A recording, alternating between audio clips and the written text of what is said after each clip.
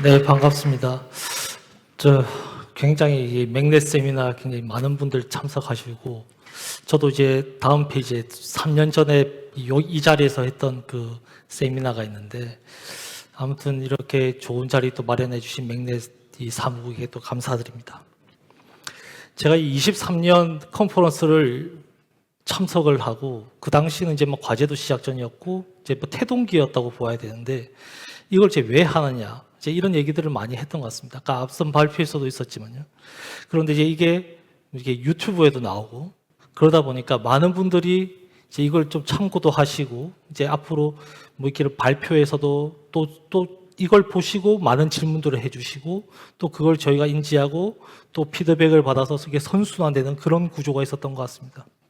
그리고 이제 3년이 지났거든요. 그러니까 3년 지난 동안 이제 이런 것들이 또 어떻게 바뀌었는지, 그리고 또 어떻게 조금 더 발전해 나왔는지, 이런 것들을 중심으로 해서 오늘 발표를 좀 진행해 보고자 합니다. 저 때도 뭐 탄소 배출 규제라는 말이 있었지만, 무엇보다도 더 중요한 것이 일단 탄소 배출 규제의 어떤 정도, 이런 것들이 정해졌고, 그 다음에 특히나 MEPC 80차 회의에서 나왔던 이 온실가스 배출 감축치가 뭐 넷제로 시점이 당겨졌다. 그것뿐만 아니라 이 LCA라고 해서 전체 연료의 그 뭐 생산부터 마지막까지 전 주기 동안 이산화탄소가 배출되지 않는가, 이런 것들을 보게 되는 이제 뭐 계기가 됐습니다. 그래서 이제 이런 것들을 계기로 해서 이제 원자력이 다시 한번 선박에 적용할 수 있는 어떤 그런 계기를 마련해 준 것 같고요. 그래서 이제 이런 부분들부터 이제 다시 원자력이 이제 들어왔다 봐야 되겠습니다. 그리고 작년 4월에 있었던 이제 MEPC 83차 중기조치 이행안이 물론 채택이 되지는 않았습니다만은, 일단 합의안으로 봤을 때 지금 온실가스의 연료 집약도, 이런 것들을 보게 되면 지금 현재 사용하고 있는 선박유라든지 뭐 LNG 같은 것들, 특히 중간 지금 과도기의 연료로 가장 지금 이제 핫한 LNG 같은 경우도 이제 2032년 이후에 지금 좀 뭐 연기될 수 있을 가능성은 있겠지만, 이런 부분들이 페널티를 받게 됩니다.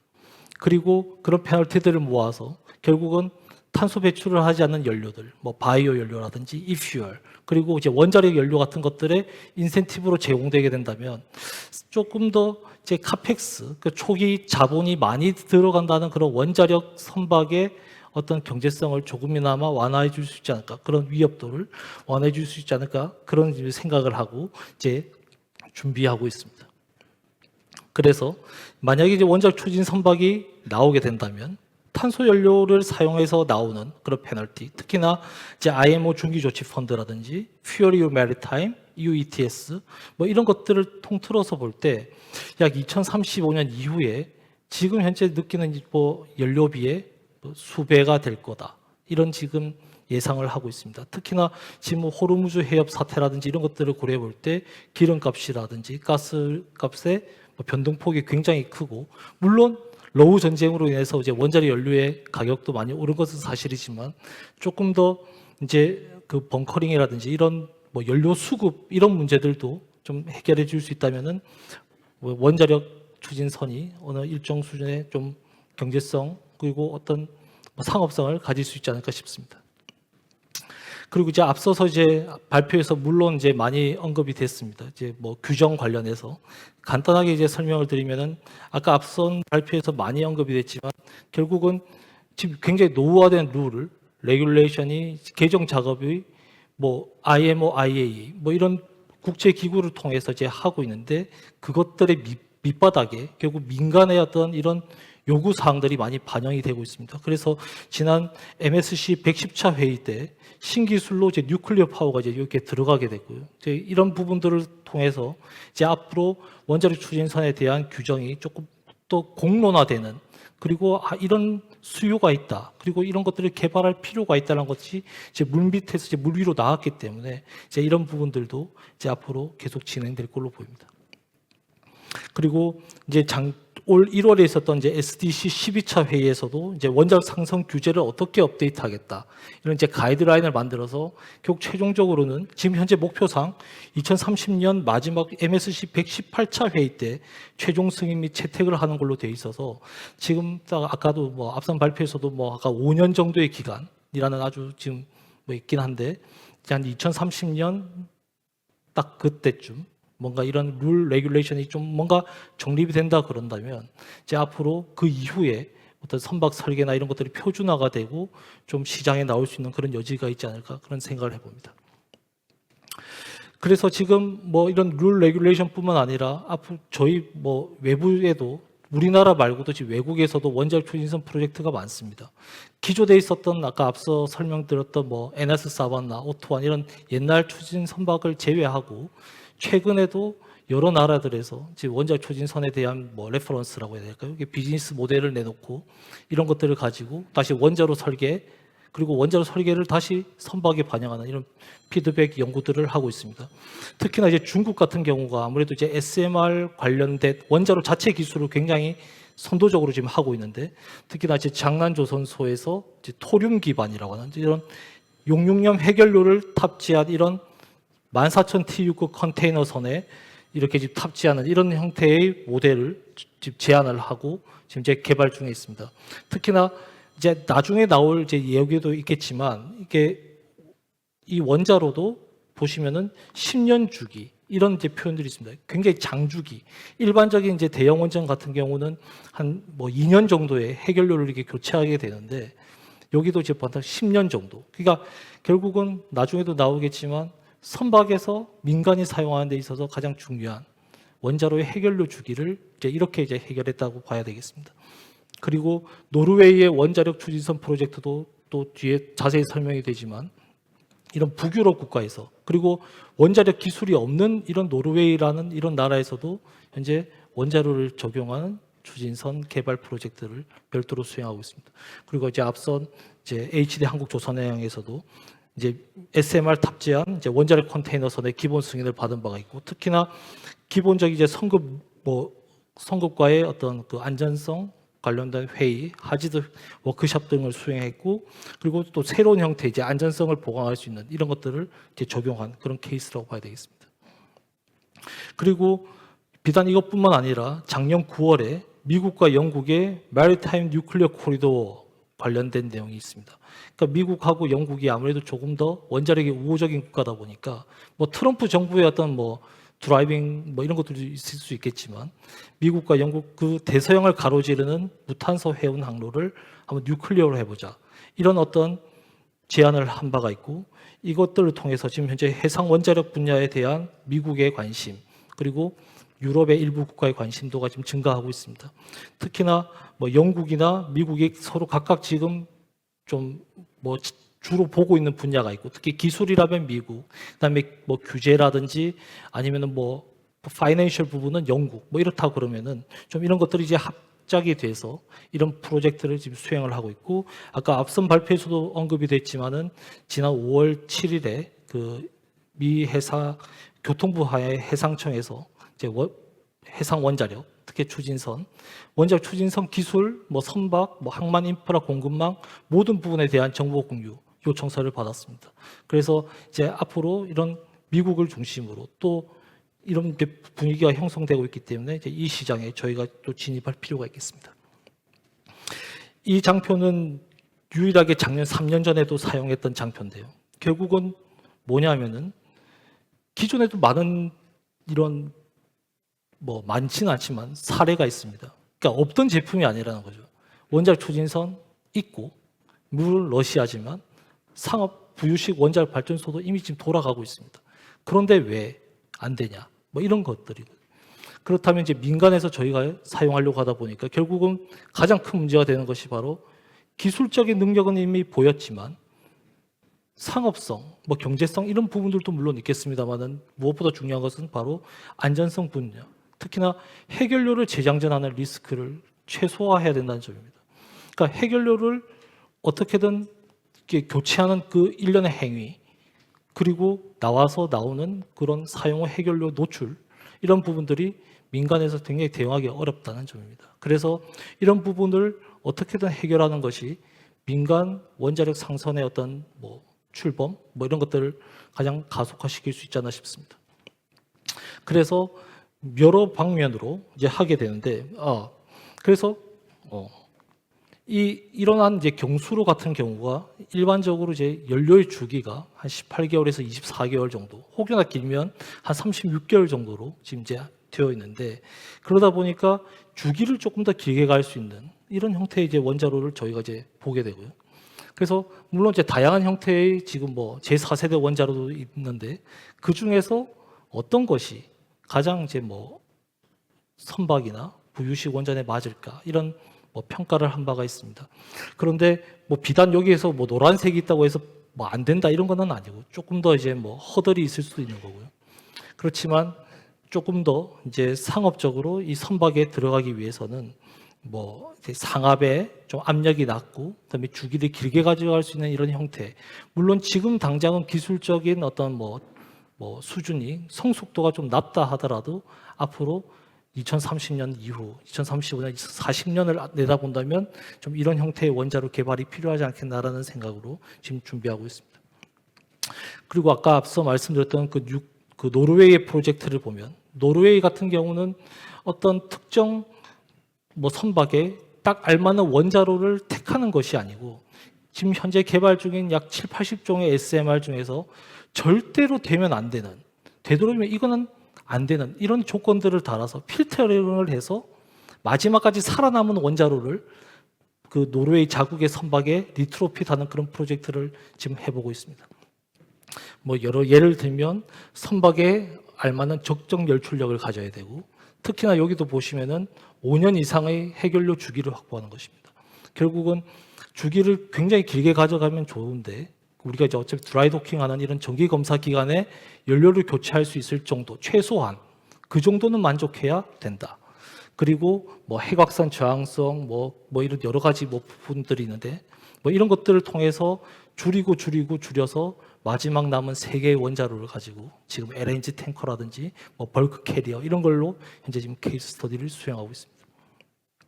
그래서 총체적으로 다시 한번 설명드리면, 원자력 추진선에 들어가야 될 원자로의 기본적인 조건, 제1번은 모두가 얘기하기로 지금 해결료 주기입니다. 전체적으로 선체가 디커미셔닝 할 때까지 버틸 수 있는 주기, 혹은 드라이 도킹, 적어도 드라이 도킹 때까지 버틸 수 있는 주기.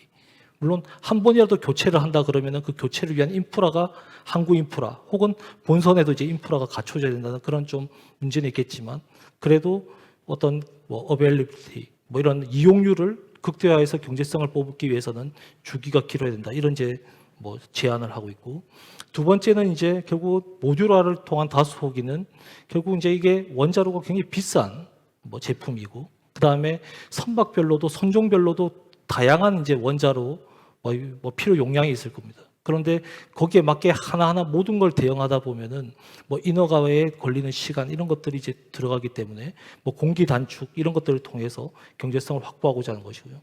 세 번째가 굉장히 중요한 아이템 중에 하나입니다.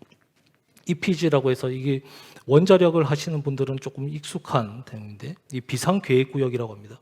그러니까 우리 지금 현재 고리 1호기에 EPG 비상계획구역이 예를 들면 위험 목이나 문제가 생겼을 때 그 사고의 영향 반경이 어디까지 갈 거냐, 들어보셔서 알겠지만 30km다 50km다 이런 얘기들이 있거든요.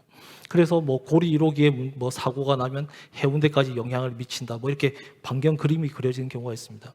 이거는 이제 사고가 났을 때 혹은 문제가 생겼을 때 어느 정도의 영향 범위까지 펼쳐지는 건데, 결국은 만약에 선박에서 문제가 생겼을 때 그 사고의 확산 범위가 항구 혹은 더 들어온다면 문제가 될 수 있는 부분이니까, 선박에서 생기는 사고의 영향을 적어도 여기에 한정할 수 있는 이런 형태의 원자로가 필요하겠다. 결국은 압력이 낮아서 혹여나 사고가 나더라도 이렇게 비산되지 않고 이렇게 막아줄 수 있는 이런 형태의 원자로가 필요하다. 이것이 중요하다 하겠습니다.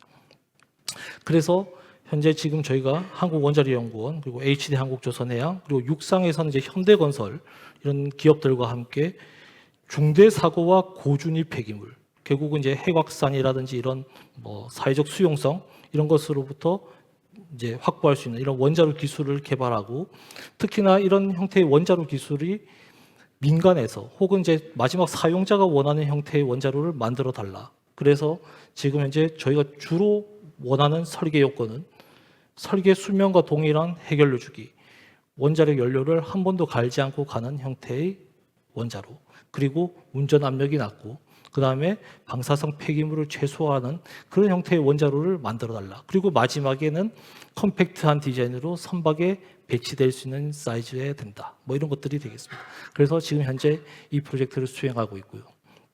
그렇다면은 이런 형태의 원자로를 받아줄 수 있는 어떤 틀이 있어야 될 텐데, 저희가 지금 보통 대부분의 뭐 많은 프로젝트에서 레퍼런스로 잡고 있는 비즈니스 모델은 15,000 TU급 컨테이너선입니다. 이것들이 이제 뭐 크면 클수록 좋다, 뭐 맞기도 하고 뭐 그럴 수도 있는데, 일단은 미주 항로랑 유럽 항로를 모두 적용 가능한 어떤 뭐 형태가 될 것 같고, 그 다음에 현재 지금 저희의 비즈니스는 지금 현재 뭐 유럽 항로를 따지면은 여러 개 항구를 거쳐가야 되지만, 아무래도 이제 포스트 어서리티 뭐 이렇게 인허가를 받는다든지 뭐 사회적 수용성 확보 이런 측면에서 쉽지 않을 수 있다는 뭐 그런 생각이 들고, 그래서 일단은 원자력의 우호적인 국가를 대상으로 한 허브 항로, 그다음에 뉴클리어 코리도어를 생각하는 이런 비즈니스로 현재 지금 접근을 하고 있습니다. 그리고 이제 이런 형태를 결국 이제 그렇게 개발된 원자로가 선박에 어떻게 적용될 수 있을까? 그리고 지금 현재 선박 해양 플랜트 연구소에서는 SMR 추진선 개념 설계 연구를 하고 있는데, 또 저희가 이 연구에 포함이 돼서 같이 원자로 개발과 선박을 연계하는 그런 작업을 하고 있습니다. 그래서 지금 현재 기존의 현존 지금 한 15K 15,000 TU급 컨테이너선의 엔진룸과 현재 지금 펀넬 그 배기 라인, 그 다음에 거주구가 있다 그러면, 지금 처음에는 이런 이제 엔진룸을 드러내고 그럼 그 자리에다가 이제 원자로를 이렇게 배치하는 이제 이런 컨셉을 보통 많이 갑니다. 그래서 엔진룸 선매에 놓든지, 혹은 이제 스테빌리티 문제 이런 것들을 고려해서 이렇게 중앙부에 놓든지, 그리고 원자로와 거주구가 가까워지는 이런 문제를 해결하기 위해서 거주구를 조금 불편하지만 선수에 놓는 이런 형태의 설계를 보통 많이 지금 가져가고 있습니다. 그리고 이게 지금 이제 24년부터 지금 수행을 하고 있고, 작년에는 현재 지금 이렇게 있던 지금 일부 그 화석 연료를 사용할 수 있는 이런 라인들을 전혀 배제하고 엔진룸을 최소화하면서 적재 성능을 확보하고, 그럼에도 불구하고 지금 현재 원자로의 사이즈, 그리고 그걸 받아주는 터빈, 동력 변환 계통, 그다음에 기타 보기류 이런 사이즈들을 이제 배치해 봤을 때, 원래 저희의 목표였던 지금 카고 홀드 하나에 모든 것을 집어넣는 이런 컨셉이 지금 잘 되지 않았습니다, 작년까지. 그래서 지금 이런 유관기관, 뭐 원자력연구원과 선박해양플랜트 연구소와 다시 같이 모여서 여기에 어쨌든 하나에 넣어서 조금은 이제 컨테이너 이런 뭐 적재 성능을 확보할 수 있는 그런 방향으로 현재 지금 개발 중이고요. 그리고 이게 아무래도 지금 현재 설계 선속이 약 25노트 정도 됩니다. 그리고 슬로 스티밍을 하지 않아도 되기 때문에 25노트로 정말 정속으로 달릴 수 있다 그러면, 지금 현재 이렇게 앞부분에 선수의 지금 바우, 이 벌버스 바우의 이런 형상들도 조파저항, 특히 고속 선형을 확보하기 위해서 이렇게 지금 선형들이 지금 바뀔 수 있고, 그리고 지금 최근에 가장 또 이슈가 되는 것 중에 하나가 친환경 연료뿐만 아니라 수중 방사 소음, 특히나 고속으로 달리는 이런 원자력 추진선 같은 경우에 방사 소음 이런 문제들이 있을 겁니다. 그리고 오늘 제가 이렇게 내려오면서 무슨 해양수산 무슨 포럼을 들었는데요, 쇠빙선, 북극 항로 뭐 이렇게 들었는데, 북극 항로 되어 있는 그런 지금 주제 발표에 뉴클리어가 굉장히 많이 나왔고, 그 중에 또 하나가 이 수중 방사 소음이 나왔습니다. 그래서 이런 부분들에 대한 추진기 설계들도 향후에 아마 되어야 될 걸로 보입니다. 그래서 현재 지금 고속 추진, 약 설계 선속 약 25노트, 그리고 엔진룸과 배기 라인을 최소화하면서 적재 성능을 확보하고, 그 다음에 지금 현재는 뭐 한 30년 설계 수명, 대략 한 25년 이상, 그 다음에 그 정도의 설량에 맞는 해결료 주기를 확보하는 이런 형태의 비즈니스를 저희는 제안을 하고 있습니다. 그렇다면은 이 선박에 만약에 원자로가 들어간다면 원자로가 받는 가속도, 외부 환경은 얼마나 될 것이냐, 그리고 이 원자로는 상대적으로 굉장히 뜨겁습니다. 한 500도, 600도에 운전을 하고 있고요. 그러면은 이런 고온의 물체가 이렇게 중앙에 위치한다면은, 그리고 선박의 어떤 움직임, 좌우 요동, 뭐 상하, 가속 이런 것들이 얼마나 받을 것인가, 이런 것들에 대한 해석을 봤을 때 대략 지금 이 중앙에 있는 저희 지금 위치에 보면은 약 Y 방향으로 약 0.9G, 그다음에 상하 가속도 최대 0.4G 정도를 예상할 수 있고, 롤링 각도, 피치 각도 등이 지금 예상되고 있습니다. 그러면은 이런 지금 각도의 이 위치에 만약에 원자로가 놓인다면 이 정도의 가속도 조건, 소위 경계 조건을 버틸 수 있는 원자로가 만들어져야 되기 때문에 이런 것들을 다시 원자로 개발에 피드백을 주고 현재 이런 것들을 반영해서 지금 개발 중에 있습니다. 그리고 이런 조건들은 지금 현재 있는, 물론 그렇지만 일반 선박의 가속도 조건에는 보통은 뭐 컨테이너 화물을 보호하기 위한 라싱 주변의 가속도라든지 아니면 LNG 운반선 같은 게 슬로싱 같은 것들을 계산하기 위한 조건이었는데, 원자력 같은 경우에는 이런 선박의 가속도 조건이 이미 IMO 룰에 있고요. 근데 이런 것들은 기존에는 이제 고체 연료가 이제 있었기 때문에 고체 연료의 파손을 막기 위해서 이렇게 미케니컬하게 중력 가속도 이런 부분들, 그 다음에 원자로는 항상 이렇게 열을 내고 있기 때문에 냉각을 시켜줘야 되는데 이런 가속도의 영향 때문에 혹여나 냉각 능력이 떨어지면 어떻게 할까, 이런 문제들이 많았습니다. 그런데 지금 현재 저희가 개발하고 있는 이런 형태의 액체 연료의 원자로는 좀 이런 부분에서 면제받을 수 있지 않을까, 앞으로 조금 이런 부분에서 조금 더 유하게 대응할 수 있지 않을까 싶습니다. 그래서 지금 현재 기술적으로 가장 중요한 것이 바로 해양용 원자로에서 이 롤링, 히빙 등의 열 제거 성능이 정말 있는가. 그러니까 성능이 잘 나온다 이런 것이 아니라 혹여나 문제가 생겼을 때도 열 제거 성능을 확보할 수 있는가, 이런 것들이고요. 지금 현재 이런 설비들은 보통 이제 고체 해결료를 사용하는 형태의 실험 장치이긴 하지만 앞으로 이런 것들도 저희 다른 해양용 원자로에서도 많이 이제 구현되고 이런 것들이 또 해석으로 많이 검증이 되어야 될 필요가 있습니다. 그리고 또 하나 중요한 것이 바로 원자로의 제어입니다. 이 제어는 지금 현재 육상 베이스로 되어 있는 것들은 대부분 제어봉이라고 해서 원자로를 셧다운할 때 여기 지금 여기 보시면 이렇게 위에 상부에 이렇게 봉이 하나 있습니다. 그래서 기계적으로 이렇게 떨어뜨리거나 혹은 문제가 생길 경우에 이 제어봉이 중력으로 떨어져서 원자로 안에 이렇게 삽입이 되게 되면 중성자, 연쇄 반응을 하는 이런 중성자를 흡수를 해서 셧다운을 시키는 그런 방법입니다. 그런데 이런 봉이 만약에 선박이 이렇게 기울기가 있다든지 전복이 됐을 경우에 과연 제대로 안 들어가면 이런 문제들이 있다는 거죠. 그래서 해양용 원자로에서는 대부분이라고 할 수는 모르겠지만 이런 제어봉을 이렇게 넣는 이런 형태뿐만 아니라 혹은 중력을 이용하지 않는, 특히나 이제 우주에서 저희가 사용하는 제어 드럼이라고 해서 뭔가를 이렇게 잡고 있다가 탁 놓으면은 반대면이 이렇게 돌아가는 이런 형태로 이제 제어를 할 수가 있습니다. 그래서 이런 방법들을 저희가 차용을 해서 지금 현재 선박용, 특히나 추진선에 들어가는 원자로를 제어할 수 있는 이런 방법을 사용하고 있고, 그 다음에 또 독특하게 이런 형태의 원자로는 드레인 탱크라고 하는 또 별개의 어떤 셧다운 메커니즘이 있어서 이런 부분들을 또 활용하고 있습니다. 그 마지막으로 중요한 부분이 바로 차폐입니다. 차폐는 막연하게 이게 원자력 발전소를 생각해 보시면 저기 이게 콘크리트 돔이 생각이 나지 않습니까? 콘크리트 돔이 결국 최종 방어 라인이라고 보면 그 콘크리트 돔이 두께가 약 한 1.2에서 1.5m 정도 됩니다. 비단 방사선을 막기 위한 뿐만 아니라 외부의 어떤 피격이라든지 항공기 충돌 이런 것들도 다 고려한 그 내용이긴 하지만, 그런데 그러한 형태의 콘크리트가 굉장히 좋은 차폐 물질입니다. 그런데 해양, 특히나 선박 같은 경우는 그런 형태의 콘크리트를 사용하기 굉장히 부적절하다는 점입니다. 왜냐하면 움직이고 굉장히 습도가 있는 그런 부분들이기 때문에 콘크리트를 사용하지 않고 어떻게 차폐를 할 건가? 그래서 그럼 차폐는 어떤 거를 방사선 잘 모르겠지만 주로 제 생각하는 방사선이 이제 중성자, 그 다음에 감마선입니다. 중성자는 되도록이면 굉장히 가벼운 원자가 뭔가 에너지를 줄여주는 역할을 하고, 감마선은 굉장히 무거운 원자가 잘 막아줍니다. 그래서 여기 보시면은 대부분 현재 지금 차폐 시스템의 개념을 보게 되면 결국은 무거운 철 혹은 납 뭐 이런 형태의 굉장히 금속, 감마선을 막는 이런 형태의 재료와 물, 보통 이제 물에 H가 2개 들어가 있으니까요. H가 들어가 있는 물 이런 부분들을 가깝게 겹겹이 쌓는 이런 부분들로 차폐를 하고 있습니다.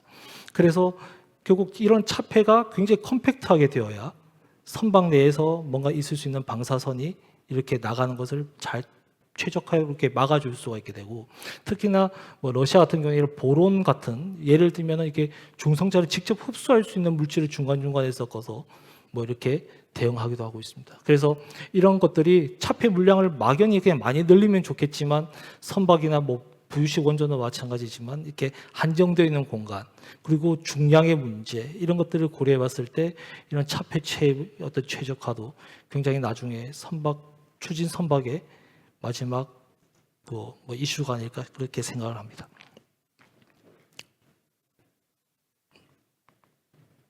예. 마지막 내집말을 이제 2050 예측 보고서라는 제목으로 해보고자 합니다. 이게 뭐 DMV, 노르웨이 성급의 작년 예측 보고서입니다. 일단 이 예측 보고서는 지금 2050년에 어떤 선박이 다닐 거냐를 나타내는 건데 그림이 3개를 주어지고 있습니다. 먼저 LNG라는 연료가 대세가 된다면, 그 다음에 메탄올이 대세가 된다면, 암모니아가 대세가 된다면. 근데 어떻게 될지 잘 모르겠습니다. 2024년 보고서에는 원자력이 아예 없었습니다. 그런데 25년부터 나오기 시작했고, 만약에 LNG 연료가 앞으로 계속 가게 된다면 2040년부터 일부 점유율을 차지하면서 전체의 한 10% 이상을 원자력 추진선이 가질 수 있을 거라고 지금 내다보고 있고, 이런 노르웨이 성급에서도 이제 원자력 추진선에 관련한 이런 연구 활동들을 진행하고 있습니다. 그런데 이제 메탄올이나 암모니아 같은 이런 대체 연료가 정말 대세가 된다면 앞으로 원자력을 찾아보기 사실은 힘듭니다. 굉장히 이게 뭐 어쩔 수 없는 부분일 수도 있고 뭐 현실적인 부분일 수도 있습니다.